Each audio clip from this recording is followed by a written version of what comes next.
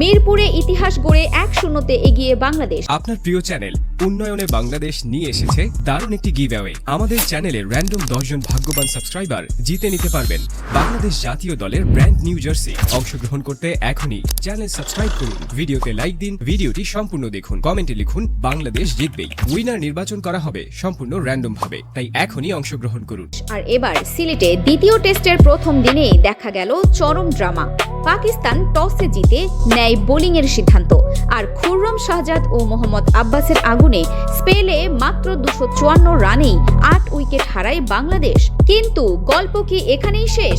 একদমই না, কারণ ক্রিজে যখন থাকেন ক্লাসিক লিটন দাস, তখন ম্যাচের গল্প বদলাতে বাধ্য।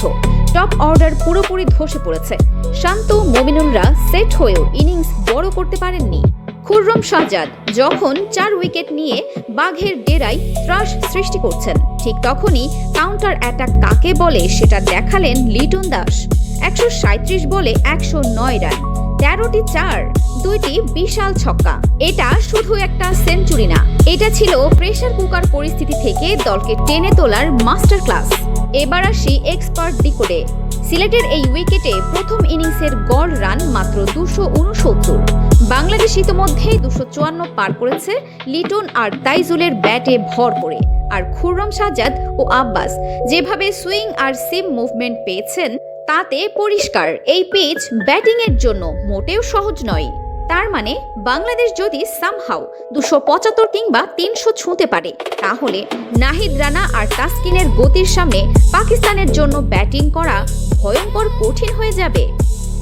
মিরপুরের হিরো নাহিদ রানা আর তাসকিন আহমেদ কিন্তু এখন বল হাতে প্রস্তুত। পাকিস্তান হয়তো ভাবছে তারা চালকের আসনে, কিন্তু লিটনের এই সেঞ্চুরি ম্যাচটাকে করে দিয়েছে পুরো 50-50।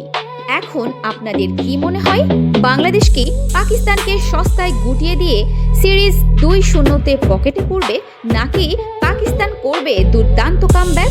এখনই কমেন্টে জানান আপনার প্রেডিকশন। আর ক্রিকেটের সব আপডেট পেতে সাবস্ক্রাইব করুন উন্নয়নে বাংলাদেশ স্পোর্টস।